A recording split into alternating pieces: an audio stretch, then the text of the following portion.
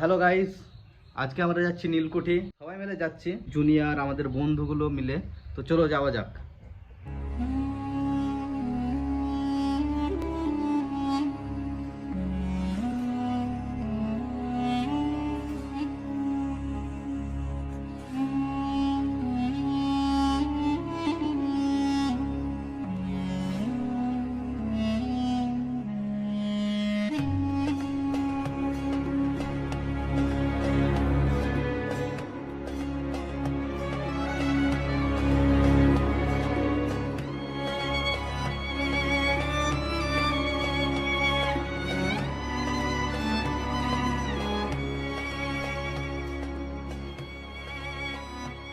তো সেজে গুজে রেডি হয়ে গেছি, এখন যাচ্ছি। ওখানে সূর্য তার বাইক নিয়ে দাঁড়িয়ে আছে, চলো যাওয়া যাক।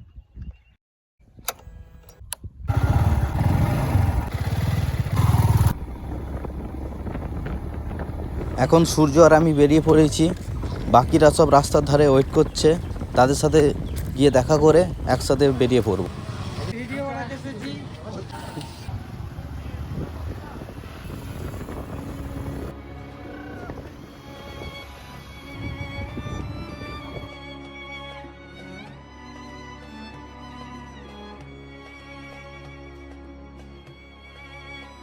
আমরা নীলকুঠি প্রায় পৌঁছে গেছি। ওই যে পিছনে জঙ্গল ঠেকছো আর কি, ওর পেছনে আর কি নীলকুঠি আছে। ব্যাপার হচ্ছে যে আজ প্রচণ্ড গরম, এত অবস্থা খারাপ। ওরা সব আগিয়ে গেছে, অনেকটাই রাস্তা চলে এসেছি। ওইদিকে নদী আছে, নদীর পাড় দিক থেকে ওইদিকে ঘুরে যেতে হবে।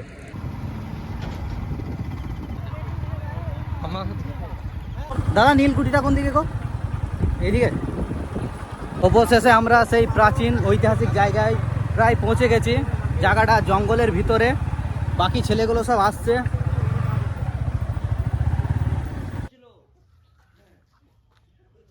এই আমার পিছনে যেটা দেখছো, এই হচ্ছে সেই নীলকুঠি, যেটা 1775 খ্রিস্টাব্দে তৈরি হয়েছিল, ব্রিটিশরা তৈরি করেছিল।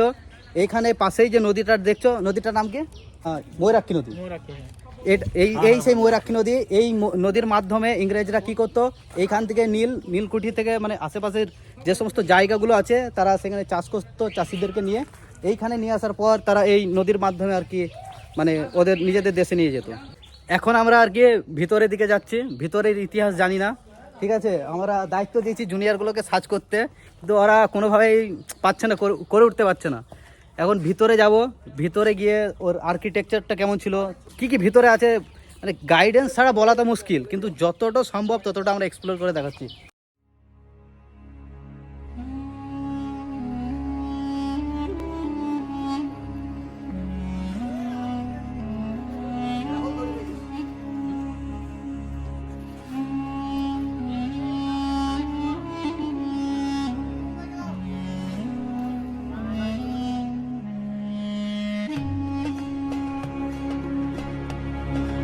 তখন আমরা চাই তুমি এখানে ইতিহাস সম্বন্ধে কিছু বলো। যে আমার দাদু বা দাদিদের হাত মুখ থেকে শুনতাম, কোনটাই নদীর কাঠে বা মোরক্ষী নদীর পাশে একটা নীলকুঠি ছিল, যেখানে আগেকার দিনে বা ব্রিটিশ ইস্ট ইন্ডিয়া কোম্পানি এই জায়গার উপরে স্থাপিত করে বা এই জায়গার উপর নির্ভর করে আমাদের এই পুরো এলাকার মধ্যে দাদনী প্রথা, নীল চাষ এবং গরিব চাষিদের উপর অত্যাচার করতো। সেই জন্য আমাদের আজ এখানে আসে এই কুঠিটা দেখতে। আজ এই নীলকুঠিতে কেউ নেই। কিছু বছর আগে এই দেশ যখন ইংরেজের শাসনে ছিল, এইখান থেকেই তারা আমাদের দেশের সম্পদ তাদের দেশে নিয়ে গেছে। আজ এখানে থাকার মতো কেউ নেই। এখানে লতা পাতা গাছ, এগুলো আজ এই নীলকুঠিকে গ্রাস করে খেয়েছে। এই বিল্ডিংটার মানে জীর্ণ বিল্ডিংটার ইতিহাস সম্পর্কে বলতে গেলে এটা প্রায় 1775 খ্রিস্টাব্দে এডওয়ার্ড হে নামক এক বণিক এটা প্রতিষ্ঠা করে, যেটা এই পাশে ময়ূরাক্ষী নদী আছে। তো সেই ময়ূরাক্ষী নদীর মানে বাণিজ্য কুটির হিসাবে এটা তৈরি করে। তো এই ময়ূরাক্ষী নদীর বাণিজ্য করার জন্য এই কুটিরটা এখানে করা হয়েছিল 1975 সালে। কিন্তু পরে এটা জেমস বন্ড নামক আর এক বাণিজ্য বণিক, সে এটা এডওয়ার্ড হের কাছ থেকে কিনে নেয়। সেটা হচ্ছে 1785 খ্রিস্টাব্দে।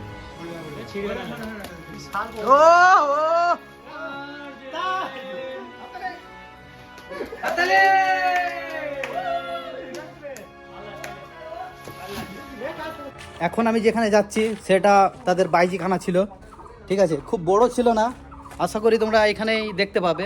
বড় বলতে মানে তারা যে সমস্ত আর কি প্রাসাদগুলো বানাতো বা কুঠিগুলো বানাতো সেইগুলোর তুলনায় অনেকটাই ছোট। কিন্তু আমি একটা জিনিস এখানে এসে বুঝতে পারছি না, তারা এত দরজা নিয়ে কি করতো, চারিদিকে শুধু দরজা দরজা দরজা দরজা। এটা কি ছিল? বাথরুম এটা ছিল বাথরুম। দেখতে এসছি অত বছর প্রাচীন, মানে 1775 সালের বাথরুম কেমন ছিল। আশা করি থাকবে না একটা কিছু। বাথরুম ছিল, আর্কিটেকচারটা তোমরা আশা করি দেখতেই পাচ্ছ অন্ধকারে। এটা কি? বাথরুম। বাথরুম দেখলাম।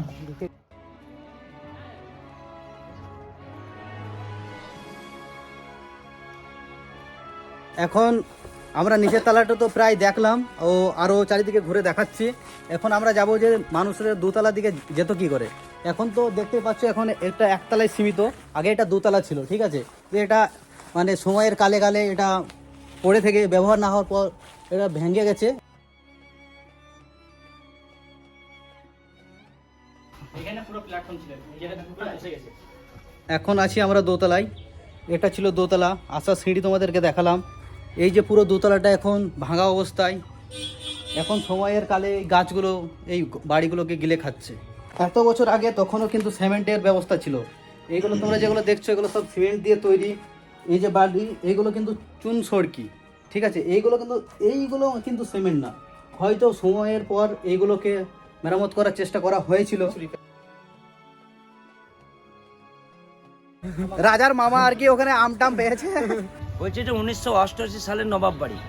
এই নবাবের রাজ্যতে যেভাবে এই আমের অত্যাচার হয়েছে, আদে নবাবকে মারানো গেছে, হ্যাঁ এই রাজ্য চালাবে কি করে? হ্যাঁ এই ব্রিটিশরা নবাবকে এখান থেকে হারাইছে, দুনিয়ার পক্ষে খুব ভালো করেছে। হ্যাঁ এই আমের অত্যাচারে হ্যাঁ কত মানুষের প্রাণ হারাইছে, এই নবাব সিরাজদৌল্লার জন্যই হারাইছে।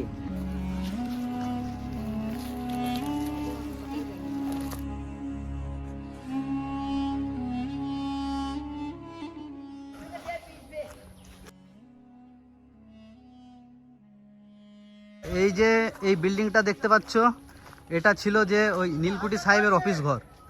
তো এখানে এসে তারা তাদের মানে সমস্ত কিছু জমা দিত, যে কত কি হয়েছে না হয়েছে। আশা করি আমার থেকে তোমরা ভালো বুঝবে। তো এখন আমরা জঙ্গলের ভিতর দিকে এসেছি, ঠিক আছে। এদিকে শুনলাম একটা পুরনো পুকুরের মতো আছে। এই যে পুকুরটা দেখছো, শুনলাম এই পুকুরে নীল চাষিরা যখন করটা ঠিকভাবে না দিতে পারতো, তাদেরকে এই পুকুরে অত্যাচার করা হতো। জানি না কথাটা কতটা সত্য, কিন্তু এখানে মানুষের কাছে শুনলাম। আরও ওইদিকে যাই, দেখায় যে নীলকুঠিতে আরও এই পিছন দিকে শুনলাম অনেক কিছু আছে, যেগুলো আমরা এখনো এক্সপ্লোর করতে পারিনি।